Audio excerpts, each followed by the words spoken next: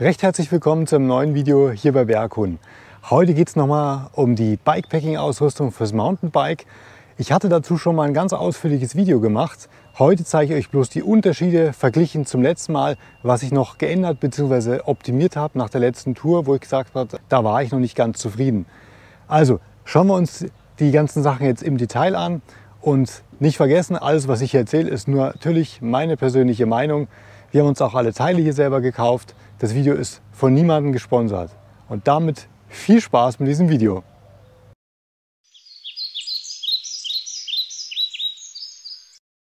Das Bike habe ich euch ja schon ausführlich vorgestellt. Das ist immer noch das Specialized Schiesel, wo ich die Schaltung umgebaut habe auf SRAM's GX Eagle mit einmal 12-fach. Was habe ich jetzt noch geändert, verglichen mit dem letzten Mal? Ich fange jetzt mal vorne an. Ich habe hier die Cargo Cages drauf, die kennt ihr auch schon. Das sind diese Salzer Anything Cages HD. Allerdings, was wir neu hatten, was uns immer nicht so ganz gefallen hat, war ja die Befestigung an der Federgabel, dass es nicht so einfach ist. Da gibt es ja keine Federgabel mit Ösen, wo man so direkt so einen Halter für Gepäck befestigen kann. Allerdings hat Tailfin was Neues rausgebracht vor geraumer Zeit und das haben wir jetzt ausgiebig getestet auf unserer letzten Tour. Was haben wir hier neu? Das sind diese sogenannten Suspension Fork Mounts. Das zeige ich euch jetzt mal im Detail, wie das aussieht. Man erkennt es hier, glaube ich, ganz gut. Bisschen staubig ist das Ganze hier. Das ist so eine spezielle Klemme. Diese hier ist sogar aus Carbon. Und ich habe hier vorne die Möglichkeit, also jetzt, wo mein Finger hin ist, habe ich quasi eine Öse. Das ist dasselbe System, was wir schon mal vorgestellt hatten von SKS. Allerdings ist das natürlich eine ganz andere Qualität. Diese Klemme selber hier ist aus Carbon. Und hinten, jetzt sieht man das hier auf der anderen Seite gegenüber eigentlich ganz schön, ist eine Schraube durch, wo ich quasi diese beiden Enden zusammenklemme. Mehr ist es nicht. Und hier sind jeweils so zwei so Alu-Gegenstücke drin. Eigentlich so ähnlich wie im Möbelbau. Da gibt es auch so ähnliche Verbindungsmittel. Und damit kann man diese beiden Enden sozusagen zusammenklemmen. Das hält erstaunlich gut. Man braucht auch nicht viel Kraft. Und das Tolle ist, wenn man so ein Paar sich zulegt, kann das Ganze 3 Kilo maximal tragen. Also für Offroad-Einsatz, für Straßeneinsatz. Also wenn man wirklich das nur auf gutem Untergrund fahren würde, sagt Tailfin, könnte man sogar 5 Kilo hinhängen. Okay, also es hält wirklich super stabil. Wir sind jetzt richtig Offroad damit gefahren, haben es nicht geschont, das Rad. Das hat super funktioniert. Das Einzige, was ich geändert habe, man erkennt es vielleicht hier so ein bisschen. Ich habe hier Schrauben drin, die sind so glänzend silbern, Originalschrauben, die dabei sind von Tailfin. Die sind schwarz eloxiert. Ich schätze, ich weiß nicht, ob sie wirklich rostfrei wären. Das sind jetzt rostfreie Edelstahlschrauben und zwar mit Inbus. Weil mitgeliefert werden, interessanterweise bei diesen Carbon-Varianten von diesen Suspension Fork Mounts, Schrauben mit Torx-Einsatz. Und ich finde es immer ein bisschen unpraktisch, dann brauche ich noch mehr Werkzeug, also irgendeinen Torx-Schlüssel, wenn ich immer was nachziehen will. Deswegen habe ich einfach diese Schrauben ausgetauscht. Was ich noch gemacht habe, was auch Tailfin empfiehlt, dass man keine Markierung oder keine Beschädigung der Gabel hat, kann man oder sollte man so eine Rahmenschutzfolie drauf machen. Habe jetzt nicht gemacht. Ich habe für mein Beispiel einfach ein Stück Fahrradschlauch drunter. Das hat ganz gut gepasst. Auch was Interessantes, man sieht es jetzt, muss ich noch näher rangehen. Hier oben ist so ein Gummieinsatz, wo mein Finger ist. Ich gehe mal wirklich ganz nah ran. Hier, da gibt es verschiedene, die werden mitgeliefert von Tailfin. Da kann man das an verschiedene Durchmesser für die Rohre der Gabel anpassen. Hat man hier noch unterschiedliche Schrauben und hat hier verschiedene Einsätze, je nach Durchmesser von diesem Rohr der Gabel. Und was halt sehr cool ist, man hat hier bei Tailfin 3 verschiedene Ösen, eins vorne und auf jeden Seiten jeweils nochmal hier eine Öse. Also man könnte theoretisch auch 2 Flaschenhalter hier montieren oder so wie jetzt einen großen Cargo Cage, um halt hier entsprechend Gepäck zu transportieren. Das ist wirklich sehr schlau gelöst. Im Vergleich zeige ich nochmal die Suspension Fork Mounts, die Judith jetzt hier oben hat. Das ist die Variante aus Stahl.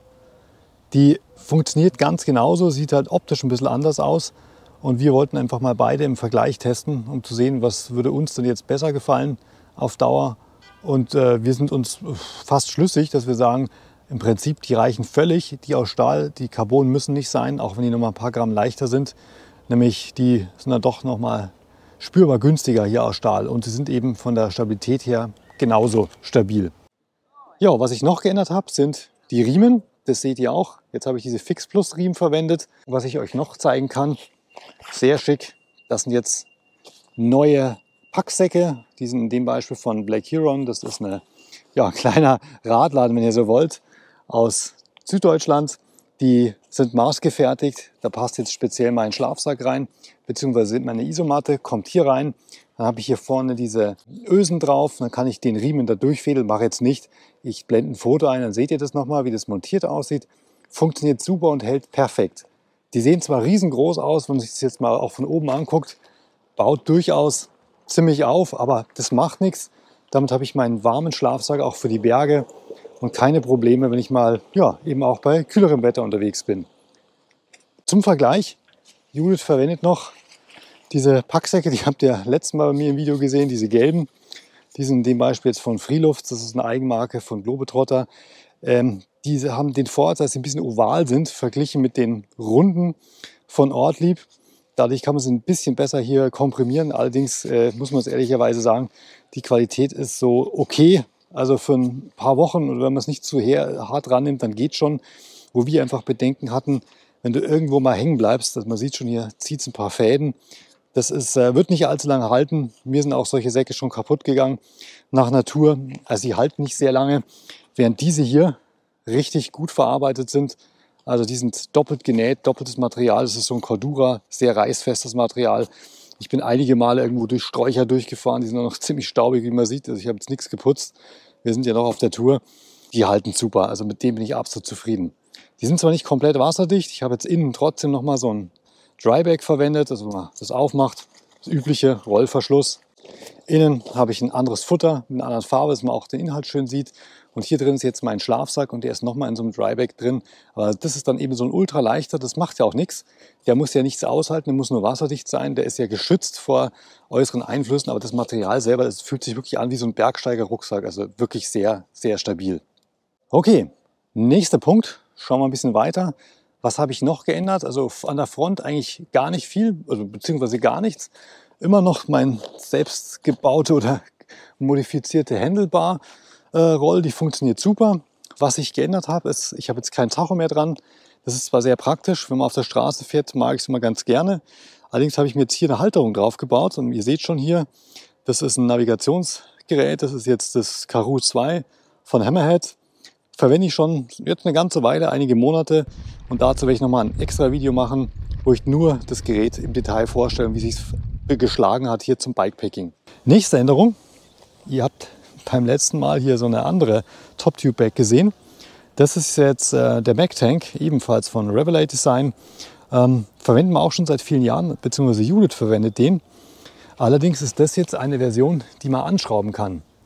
Jeder, der allerdings dieses Modell kennt, diesen Rahmen, hier oben bräuchte man 2 Ösen, wo man quasi diesen Mac-Tank von oben anschraubt. Das hat der Rahmen nicht, deswegen habe ich mir selber einen Adapter gebastelt und zwar total easy. Ihr seht hier nur ein bisschen schwarz. Das ist ein Fahrradschlauch und da drinnen habe ich mir einfach aus dem Aluprofil, wirklich nur aus dem Baumarkt, ein Aluprofil besorgt und einen Fahrradschlauch drüber gezogen, den hier abgekantet und den hier vorne einmal mit einem Kabelbinder festgemacht, dass es sich seitlich nicht verdrehen kann. Und unten ebenfalls mit Kabelbindern. Das quasi hier einfach nur ums Oberrohr rumgezurrt. Also 2 fette Kabelbinder. Hier unten den Riemen, den ihr seht, der gehört noch hier zur Framebag.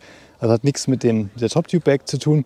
Das hält bombig. Die ganze Tour hat sich 0,0 verdreht. Ich zeige euch das. So wird es befestigt. Ziemlich eine coole Sache, finde ich. Ihr seht hier unten diese Ösen, die hier drin sind, also Art Nieten, wie bei einer Hose kennt man das. Die werden hier abgedeckt mit diesem Klettverschluss. Hier habe ich die quasi angeschraubt auf eben dieses Profil. Ich mache das hier wieder zu. Auf dieses Aluprofil. Unten ist der Schraubenkopf, aber der steht nicht direkt auf, weil ich habe ja hier ein bisschen Abstand dazwischen. Ich habe hier diesen Schlauch drin, ein paar Mal noch rumgewickelt. Also es ist wirklich sehr, sehr gut gepolstert. Der Rahmen wird nicht beschädigt. Das hat super hingehauen und zu geht er auch easy mit diesem Magnetverschluss. Bin ich super happy. Ja, warum habe ich das jetzt gemacht? Ich hatte ja letztes Mal diese andere Top-Tube-Bag dabei von Evoc. Die ist auch super. Vorteil von dem ist halt dieser Magnetverschluss, den finde ich einfach genial und der Inhalt ist ein bisschen größer. Das war mir jetzt für die Tour recht wichtig, dass ich da also auch wirklich mein Smartphone reinkriege, weil das hatte ich ja ursprünglich hier vorne am Lenker zur Navigation. Jetzt verwende ich es hier drin, dass ich mal schnell ein Foto machen kann und ich kann hier noch Riegel oder so Sachen reinpacken, wo ich schnell ran muss. Okay, schauen wir uns noch ein paar Details an am Rad, die ich geändert habe. Ebenfalls für die Tour. Etwas ungeplant, den Hinterreifen. Ich habe hier das Reifenmodell, was auch original am Rad drauf war und was ich auch sehr gut finde, von Specialized, den Fast Track. In 29 x 2,35 Zoll breit, also relativ breit für ein Cross-Country-Bike. Da habe ich jetzt einen richtigen, eigentlich schon Enduro-Reifen drauf. Hier in dem Beispiel, das liegt einfach nur daran, dass mir der Originalreifen kaputt gegangen ist. Der saß nicht so richtig auf der Felge, ist etwas verrutscht. Und dann habe ich es an der Tankstelle mit einem Druckluft quasi versucht, nochmal drauf zu bringen. Hat auch funktioniert, allerdings ist dann der Mantel gerissen. Also der hatte irgendeine Beschädigung. Im Luftdruck haben wir eigentlich ganz gut aufgepasst, dass wir es nicht übertreiben. Aber der ist dann leider hier gerissen. Das war ein ziemliches Desaster und dann muss man auch einen Umweg fahren auf der Tour, um hier einen neuen Reifen zu bekommen. Tja, und das Radlgeschäft hat jetzt nur den. Reifen war im Nachhinein ganz cool, weil die Trails waren doch ganz schön steinig und steil teilweise. Und der Reifen bietet natürlich noch mehr Grip. Allerdings auf der Straße ist es ziemlich mühsam damit zu fahren. Rollt entsprechend schwer ab, verglichen mit diesem recht leicht rollenden Fast Track. Dafür ist die Karkasse natürlich wesentlich robuster und für den Einsatz super geeignet. Ja, Gepäckträgerlösung hatten wir ein eigenes Video zugemacht, schon vor ein paar Jahren. Also das ist immer noch unverändert, super zufrieden damit, das funktioniert. Was habe ich sonst noch geändert? Auch noch eine Sache, was mir nicht gut gefallen hat, das waren die Scheibenbremsen. Die waren mir immer ein bisschen zu schwach. Die haben schon funktioniert, allerdings haben sie sich sehr leicht erhitzt, vor allem beim Bergabfahren mit Gepäck. Und was ich jetzt hier gemacht habe, ich habe hier, ihr seht hier so einen Adapter. Jetzt kann man hier eine größere Bremsscheibe montieren. Also original ist hinten drauf 160 mm und jetzt habe ich hier eine 180 mm Bremsscheibe drauf. Offiziell muss man Warnung geben, ist Specialized, sagt, es ist nicht freigegeben, das so zu machen. Ich habe es jetzt trotzdem gemacht, ganz einfach. Ich bin nicht so ein schwerer Fahrer. Das Gesamtgewicht, glaube ich, was für das Bike angegeben ist, wenn ich mich richtig erinnere, sind, glaube ich, 135 Kilo. Da bin ich deutlich drunter, auch mit Gepäck. Deswegen habe ich gesagt, nee, ich lasse die Originalbremse drauf. Das war jetzt die günstigste Variante, dass ich gesagt habe, ich kaufe mir diesen Adapter, der kostet unter 10 Euro, glaube ich. Dann die Bremsscheibe, das ist diese Shimano SLX-Scheibe aus Edelstahl. Keine Sandwich-Konstruktion, nur Stahl. Genau das Richtige, da hat man keine Probleme mit Überhitzung. Die Bremse, das ist die Biore-Qualität. Jetzt hat die Bremse an sich deutlich mehr Power. Funktioniert super, also damit bin ich echt zufrieden und sie überhitzt nicht mehr so schnell wie vorher. Also 160 mm war schwierig zum Stehen zu kommen, vor allen Dingen mit Gepäck. Vorne habe ich sogar noch mehr montiert. Original ist vorne eine 180 mm Scheibe. Jetzt habe ich hier 203 mm montiert. Die Gabel ist ja von RockShox, die erlaubt sogar 220 mm. Wie gesagt, der Rahmen eigentlich oder das Bike ist nur für eine 180 mm Scheibe ausgelegt, aber diese Scheibenbremse ist wie gesagt eine einfachere Shimano Scheibenbremse und die hat sowieso nicht diese Bremspower wie die höherwertigen Bremsen. Deswegen denke ich mir, überlasse ich den Rahmen deswegen trotzdem nicht. Ich habe jetzt eine gute Bremspower und vor allem die Dosierbarkeit ist deutlich besser und auch die Hitzebeständigkeit, also die Standfestigkeit. Gerade bei der Hitze, die wir jetzt so hatten, war das super zum Bergabfahren. Bin ich super zufrieden.